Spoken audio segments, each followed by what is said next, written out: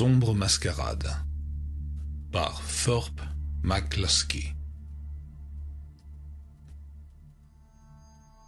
Jusqu'au début du printemps 1939, je n'avais jamais pénétré dans une maison réputée hantée. Je n'avais d'ailleurs jamais rencontré personne qui l'eût fait. Tout cela arriva d'une manière assez décousue. Une douzaine ou une quinzaine d'entre nous prîmes la route de Phipps Cove, un samedi après-midi, pour passer le week-end chez les Bradley Merrill. Comme cela me paraît lointain aujourd'hui, à l'époque, je m'attendais à un séjour délicieusement paisible. Je connaissais déjà, ou du moins de vue, plusieurs des invités. Bob Mansfield, qui peignait pour le plaisir, mais gagnait sa vie en concevant des appartements fantasques et hors de prix pour des gens très riches. Rebikoff, propriétaire d'un théâtre de marionnettes, Gladys Sotgan, romancière acerbe et garçon manqué, et 3 ou 4 autres.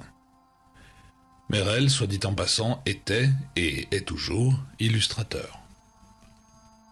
L'après-midi fut détendu et agréable. Nous jouâmes à une sorte de tennis improvisé sur la pelouse, nous nous baignâmes, ceux d'entre nous dotés d'instinct d'ours polaire dans une mer glaciale, et bavardâmes en flânant.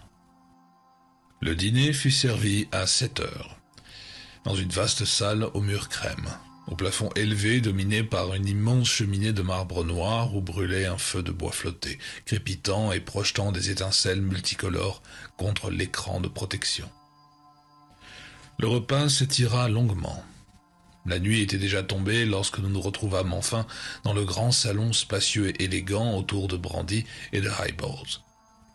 Comme toujours, Bradley et Ellswood n'avaient prévu aucun programme précis pour la soirée. Vladimir Lesso inaugura les festivités en s'installant au Checkering pour nous offrir un concert improvisé. Puis Clevedor exécuta quelques tours de magie, et après cela, nous dansâmes. Le temps passa avec une rapidité déconcertante. Ce fut avec une surprise incrédule que je vis Bradley jeter un coup d'œil à la haute pendule de noyer dans le hall et lever théâtralement la main et déclarer « Dans 10 secondes, mes pieux amis, et j'espère pas trop ivres, il sera exactement minuit, heure normale de l'Est. » Il n'avait pas terminé sa phrase que la vieille horloge grinça, racla, puis sonna 12 coups, lents et graves. Nous écoutâmes en silence. À peine le dernier écho s'était-il éteint que Gladys Sugden fit la suggestion inévitable. « Une histoire de fantôme. Qui raconte une histoire de fantôme ?» Bob Mansfield écrasa l'idée avec un scepticisme raffiné. « Voyons, Gladys, toi plus que quiconque, nous n'avons pas besoin de quelque chose d'aussi banal, pas quand il y a une maison hantée, juste ici, dans la crique. » J'avais entendu parler de cette maison, à quelques kilomètres sur la route côtière. Elle était inhabitée depuis plus d'un demi-siècle. On savait qu'elle avait été bâtie par Jeremiah Phipps, l'un des corsaires, ou plus souvent pirates, les plus prospères de Nouvelle-Angleterre. Gladys, avec un empressement légèrement excessif à mon goût, se rallia aussitôt à l'idée. « Parfait. Quoi de mieux pour un samedi soir? J'ai toujours rêvé d'entrer dans cette maison. Allons-y jeter un coup d'œil ce soir, la lune est splendide. » Nous votâmes. Les pour l'emportèrent sans surprise, et même de manière écrasante. Dès le début, je soupçonnais une supercherie. J'appris plus tard que j'avais raison, et qui en étaient les instigateurs. Bradley, Bob Mansfield et un petit dessinateur d'apparence effacée nommé Gregory. Gladys était dans le coup, elle aussi.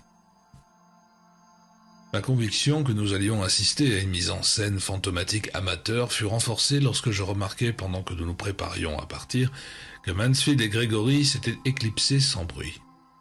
Je supposais qu'ils seraient les fantômes de la soirée.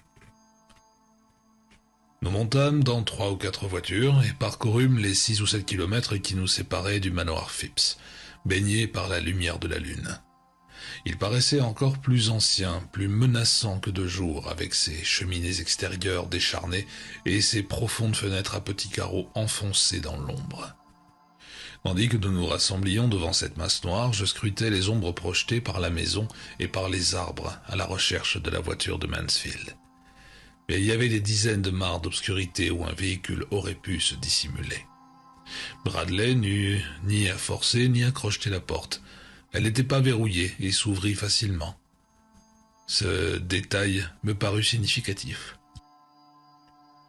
J'étais plus que jamais convaincu que quelqu'un était passé avant nous et se cachait déjà à l'intérieur. Lorsque nous fûmes tous dans le vestibule, Bradley referma la porte derrière nous dans un long grincement de gonds massifs, ponctué par le déclic rouillé du loquet en fer forgé. Il alluma une lampe torche. Il avançait avec une assurance qui me fit penser qu'il était déjà venu ici. Nous entrâmes dans une vaste pièce à l'avant de la maison. J'aperçus fugitivement au bout du couloir un long escalier qui montait dans l'obscurité. Je sentis plus que je ne vis les moulures ornées dominant des volumes froids et caverneux, tout recouverts d'une fine couche de poussière lourde. Je remarquai aussi que Bradley avait pris soin de diriger le faisceau de sa lampe vers le plafond jusqu'à ce que nous soyons tous entrés dans l'immense salon. J'étais certain qu'il faisait tout cela pour nous empêcher de remarquer les empreintes fraîches de Mansfield et Gregory dans la poussière du sol. À part la lumière de la lampe, le salon était presque entièrement plongé dans le noir. De lourds volets de bois fermaient les fenêtres, ne laissant pénétrer la lumière de la lune que par 2 ou 3 fentes étroites entre les panneaux déformés. Cette clarté était trop faible pour révéler autre chose que la présence et la position approximative des personnes dans la pièce. Certainement pas pour permettre de nous identifier les uns les autres. « Bon, Brad, nous y voilà », lança Gladys d'un ton enjoué. « Amène tes fantômes. Ou faut-il aller les chercher nous-mêmes? Qui a peur du grand méchant fantôme, hein ?» Bradley esquiva avec calme. « C'est censé être une maison hantée, non, Gladys ? Un fantôme peut tout aussi bien apparaître ici que là-haut ou à la cave. Pour ma part, je reste ici et j'attends ce qui doit arriver. Je n'ai aucune envie de voir un plancher pourri s'effondrer sous mes pieds. Ce lieu n'est pas exactement un palais de réjouissance. » Je soupçonnais qu'il craignait surtout que nous ne tombions sur ces fantômes avant qu'ils n'aient eu le temps d'enfiler leur peinture phosphorescente. Il obtint gain de cause. Il éteignit la lampe de poche pour faire plus réaliste, dit-il, et nous attendîmes. Je ne sais pas très bien ce que j'attendais. Je dois reconnaître que l'incertitude de l'attente me donne la chair de poule. Elle devait affecter bien plus profondément ceux qui ne soupçonnaient aucune supercherie. Il y avait une irréalité dans toute cette aventure. Une irréalité dans la vague silhouette de nos corps, une irréalité dans le silence froid de cette pièce brisée depuis longtemps. Je me surpris à me demander comment un groupe d'adultes supposément intelligents pouvait se comporter d'une manière aussi parfaitement absurde. Puis je remarquai la lumière. Au début, ce n'était qu'une lueur des plus ténues, à peine plus qu'un allègement de la noirceur totale au-delà de la porte ouverte du couloir. J'eus l'impression de sentir les contours du hall devenir perceptibles, sans les voir réellement, baignés dans une sorte de pénombre violacée. Cette lumière étrange était si vague qu'elle aurait presque pu être imaginaire, mais le frisson qui me parcourut lentement l'échine était lui bien réel. Les autres le ressentirent aussi. Je sentais qu'ils reculaient instinctivement, s'éloignant de la porte. La lueur devint plus intense et une tension me saisit, avec la certitude que quelque chose descendait silencieusement l'escalier, s'approchant dans le couloir. Invisible pour moi encore. Je dus reconnaître à contre-cœur que Bradley montait son spectacle avec un art consommé. Pas de gémissements creux, pas de chaînes cliquetantes, ces effets théâtraux grossiers qui sabotent leur propre impact. C'était précisément l'absence d'effets qui laissait libre cours à notre imagination et faisait naître une appréhension diffuse et oppressante. Je me demandais comment Bradley comptait produire ces fantômes sans briser l'atmosphère. Peut-être n'avait-il pas l'intention d'en montrer réellement. Peut-être cherchait-il un effet d'un autre ordre, plus subtil. Je ne sais pas combien de temps nous restâmes là dans cette pièce vide, peut-être plusieurs minutes. Personne ne parla, personne ne bougea, tandis que nous scrutions cette lueur qui n'était guère plus qu'une obscurité atténuée. Je me dis alors avec une admiration secrète pour ma propre perspicacité que cette lumière devait probablement provenir de l'ouverture d'un vitrail, laissant entrer la lumière lunaire. 1 à 2 fois, j'entendis quelqu'un inspirer brusquement, puis relâcher son souffle dans un demi-sanglot. Puis je vis les silhouettes. Dans cette pénombre violacée, elles apparurent comme des taches vagues de forme humaine, immobiles, silencieuses, dans le couloir. Depuis, je me suis souvent demandé combien d'entre nous, en cet instant précis, ne crurent pas réellement qu'il s'agissait de fantômes. Progressivement, comme un éclairage indirect que l'on ajuste lentement, la lueur s'intensifia. Avec elle, la certitude me vint que je reconnaissais ces deux figures immobiles. Celui de droite, grand, légèrement voûté, était à coup sûr Mansfield. La tache sombre qui lui masquait la partie inférieure du visage n'était qu'une fausse barbe. Le pantalon ample, la suggestion d'un coutelas à la ceinture, tout cela faisait partie du costume de pirate que Bradley avait jugé le plus approprié pour l'occasion. L'autre, placé à gauche et légèrement en retrait de Mansfield, était bien Gregory. Il s'était barbouillé la poitrine d'une épaisse tache de peinture pour simuler du sang, et il gardait les mains croisées dessus. Aucun des deux ne bougeait. Ils ne parlaient pas. La lumière était encore trop faible pour distinguer nettement leurs traits, mais lorsqu'elle gagna un peu en intensité, un frisson nerveux me parcourut. Je sentis plus que je ne vis que leurs lèvres remuaient, comme s'ils tentaient de parler. Leurs mains étaient tendues vers nous comme pour nous avertir de reculer. C'était un effet indéniable. Bradley réussissait son coup à merveille. Puis soudain une femme cria. Un hurlement, aigu, strident et déchirant. En un instant, la tension hypnotique qui nous paralysait tous se rompit. Bradley jura et ralluma brutalement la lampe de torche. Dans un précipité de pas affolés, Gladys Sugden se précipita auprès de la jeune femme qui sanglotait violemment. La voix de Bradley tonna, se voulant rassurante. « Ça suffit, c'est terminé. Ce n'était qu'une plaisanterie. Pour l'amour de Dieu, Gladys, fallut comprendre que c'était juste une plaisanterie. » Une plaisanterie de fort mauvais goût. Je suis désolé. Il braqua le faisceau sur les deux silhouettes figées dans l'embrasure du couloir. D'accord. Bob, Gregory, c'était amusant, mais ça suffit maintenant. Allez, entrez, on arrête là. Les deux figures ne bougèrent pas. Elles restaient là, immobiles, les bras tendus vers nous, les lèvres remuant encore. Bradley jura de nouveau, cette fois sans aucune trace d'humour. « Bande d'idiots obstinés, vous ne voyez pas que vous êtes en train d'effrayer une des filles à mort? Entrez ici et ôtez ces accoutrements. » Toujours aucun mouvement. Je crois que nous commencions tous à avoir peur, à craindre qu'ils ne soient entrés ici si profondément dans leur rôle qu'ils en avaient perdu la raison. Même Bradley ne semblait plus savoir ce qu'il pouvait faire ensuite. Quelle nouvelle plaisanterie macabre il aurait pu imaginer. Curieusement, alors que je les observais avec une attention presque obsessionnelle, je remarquais d'autres détails. Je vis, comme je l'avais soupçonné, qu'il y avait bel et bien un vitrail très haut au-dessus de l'escalier. C'était lui qui projetait cette lueur surnaturelle dans le couloir, plus vive ou plus faible selon que la lune était dégagée ou voilée par des nuages. Presque furtivement, Bradley s'avança. Il n'était plus qu'à 2 mètres de Mansfield, la lampe braquée en plein sur son visage. J'étais juste derrière lui, et je pouvais voir Mansfield très clairement. Il y avait dans son regard une fixité étrange, si troublante qu'elle me donna malgré moi une sensation proche de l'horreur. Une pensée me traversa brusquement l'esprit. Et si cet endroit était réellement hanté? Et si ces hommes avaient vu quelque chose qui leur avait fait perdre la raison? Bradley jura encore, violemment. Le son brutal claqua contre mes tympans comme une explosion.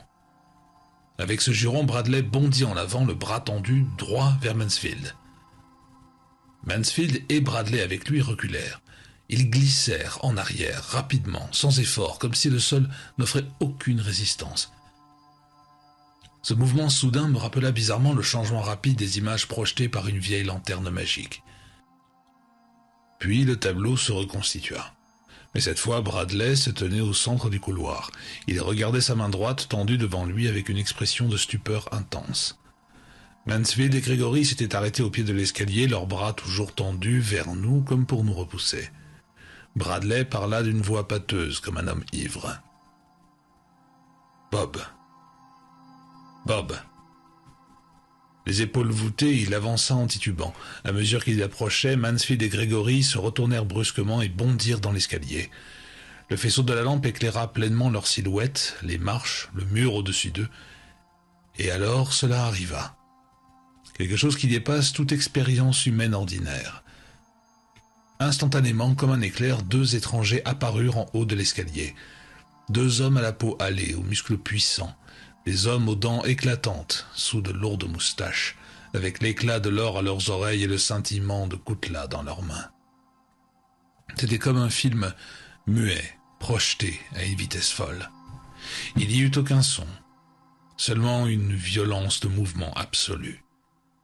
Il aurait dû y avoir le martèlement de pieds nus sur les marches, le souffle rauque des hommes, l'explosion de jurons sauvages. Mais je n'entendis rien, rien du tout. Mansfield et Gregory jaillirent vers le sommet de l'escalier. Mansfield était légèrement en tête. Son bras droit s'abattit dans un geste de taille et passa à travers l'un des hommes comme à travers un mirage. Son corps, n'ayant rencontré aucune résistance, tourna follement sur lui-même et bascula par-dessus la balustrade basse. J'entendis le fracas de sa chute. Et plus aucun bruit. Je vis Gregory se projeter contre l'autre étranger, traverser son corps au même moment où un coutelas scintillait. Puis disparaître de mon champ de vision sur le palier. Et brusquement, il n'y eut plus personne. Personne du tout. Le sommet de l'escalier nous faisait face, vide, désert. J'entendis Gladys hurler. Elle essayait d'appeler le nom de Mansfield, mais les sons qui sortaient de sa gorge n'avaient plus rien d'humain. Mon corps se mit à trembler violemment. Des vagues de chaleur et de froid me balayèrent tour à tour. Je crois que l'horreur nous saisit, alors tous comme un poing gigantesque, nous broyant jusqu'à ce que toute pensée devienne impossible, jusqu'à ce que nous ne puissions que rester là, à sentir nous submerger en vagues battantes. Je compris alors que ces 2 étrangers étaient des fantômes, les véritables fantômes de l'ancien manoir Phipps. Quelle scène, au nom du Tout-Puissant, venions-nous de voir se rejouer sous nos yeux? Était-ce l'expérience que Mansfield et Gregory avaient prévue plus tôt dans la soirée? Une expérience si dévastatrice pour l'esprit qu'elle les avait rendus fous? Où sont-ils, Bradley? Où sont Mansfield et Gregory? Bradley me regarda, ses yeux étaient énormes, ses lèvres tremblaient. Où sont-ils? Répéta-t-il lentement. Ses mains bougeaient d'une manière étrange, incontrôlée, tandis qu'il me fixait, impuissant. Je lui pris la lampe de poche et je commençai à monter l'escalier, alors qu'il, lui, me fixait, impuissant. En haut sur le palier, d'où partaient, tels des bras levés, 2 volées d'escalier plus étroites, s'enfonçant dans l'ombre, nous nous arrêtâmes. Là, dissimulés à la vue de ceux restés en bas par l'inclinaison de l'escalier, gisant contre le mur, se trouvait le corps tordu d'un homme. Il était tombé comme si la mort l'avait fauché en plein vol après qu'il eût été projeté à travers le palier. Du bas de l'escalier, Bradley gémit. Je sentis la balustrade vibrer lorsqu'il s'y affaissa lourdement. Je tremblais de façon incontrôlable. Le corps était celui de Gregory. Après un instant, nous trouvâmes le courage de regarder de plus près. Nos yeux enregistrèrent avec une netteté photographique. Nos esprits engourdis gravèrent automatiquement l'horreur figée. Les yeux grands ouverts, vitreux, la tache de peinture écarlate sur sa poitrine. Sans un mot, nous nous détournâmes et redescendîmes l'escalier en titubant, comme poussés par une force contre laquelle la volonté humaine ne pouvait rien. Je dirigeai le faisceau de la lampe vers l'ombre profonde derrière l'escalier, sous la balustrade par-dessus laquelle Mansfield avait semblé basculer. Sans surprise, je vis son corps, étendu en croix comme s'il avait tenté d'amortir sa chute, écrasé contre le sol nu, la nuque brisée. Je me souviens de peu de choses après cela. Je ne sais pas s'il y eut des crises d'hystérie ou, pire encore, un silence maîtrisé et terrifié. Je ne me rappelle ni comment ni quand nous quittâmes la maison. Les souvenirs redeviennent clairs le lendemain après que les premiers rouages de l'enquête policière. La certitude affichée des autorités que nous avions inventé une histoire fantastique pour couvrir un double meurtre au sein de notre milieu mondain. Les gros titres des journaux. Il fallut longtemps pour que cette nuit dans l'ancienne maison Phipps disparaisse de la mémoire du public, mais elle finit par être oubliée. Et pendant des années, elle ne demeura pour moi qu'une zone de cauchemar, enfouie dans les recoins de ma mémoire. jusqu'à l'été dernier, lorsque la vieille maison fut enfin démolie pour éviter de payer des taxes, m'a-t-on dit. C'est à cette époque que je rencontrai Bradley par hasard, un jour en ville. Il paraissait plus distingué que jamais, ses cheveux prématurément blancs accentuant encore plus son allure. Il posa sur mes tempes grisonnantes un regard empreint d'une compréhension ironique. « They're either too young or too old », fredonna-t-il doucement, reprenant une chanson à succès, avant de faire un geste bref et nerveux de la main droite. « Nous sommes trop vieux, c'est ainsi. Déjeunons ensemble. » Dans le restaurant calme à l'écart de l'avenue où il m'emmena, il me révéla enfin ce qui liait tous les fils, mettant un point final à l'histoire du manoir Phipps. « Je ne pouvais pas m'empêcher d'y retourner, » dit-il lentement. « Dès qu'ils ont commencé à raser la maison, j'y allais presque tous les jours. Je savais qu'ils trouveraient quelque chose.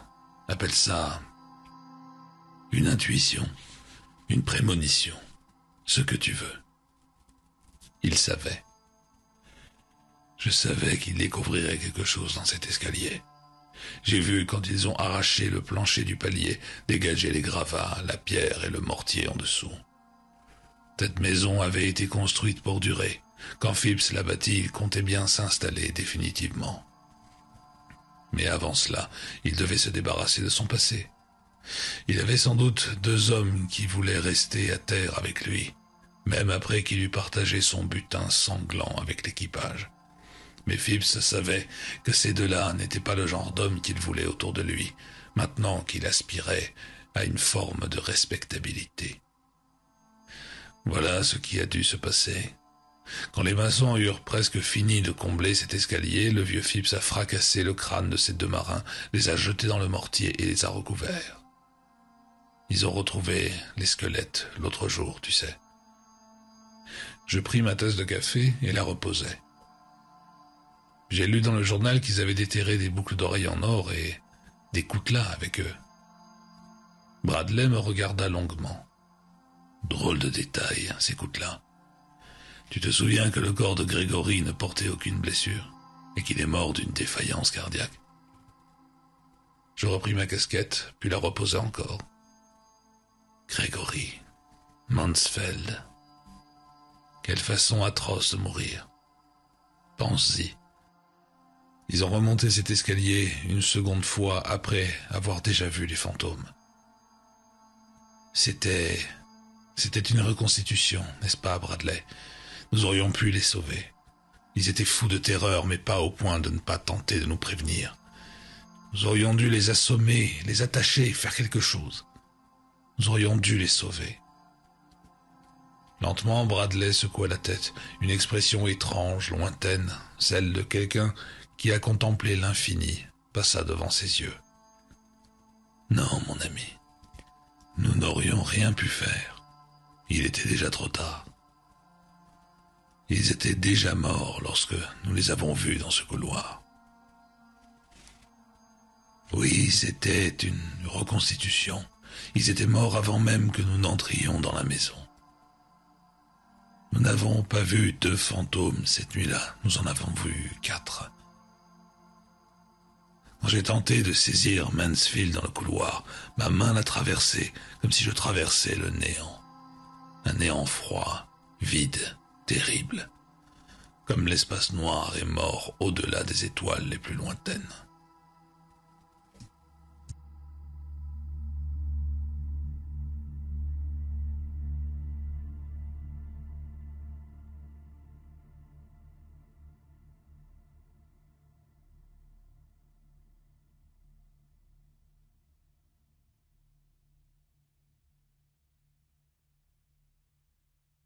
Then 10 corns of sand. Sorry, then 1. Yeah, but the thing is, the sand, you go in the shower and you wash it, gone. The glitter is gonna be there.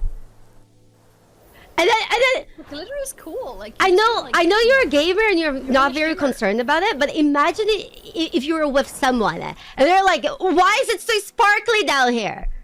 And then what do you say? I mean, it's glitter. Oh I'm yeah? just gonna be like, oh, okay, that's cool. And then they were like, when did you have glitter in your pants? And you say, oh, 10 years ago.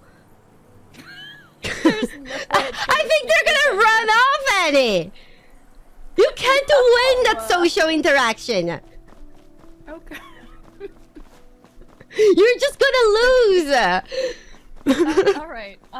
You know what? I have learned a life lesson here then. If I ever get in the situation where I have to pick between sand and glitter, I will pick sand. Yes.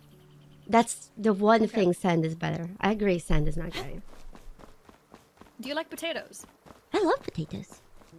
Oh, nice. So, sand glitters, she's actually, you can also call her potato. Ah, okay. Well, I do like potato a lot more If than you prefer glitter. that to glitter, I mean. Yeah. So, should we get into each other's work? No, right? Because we need to do the competition.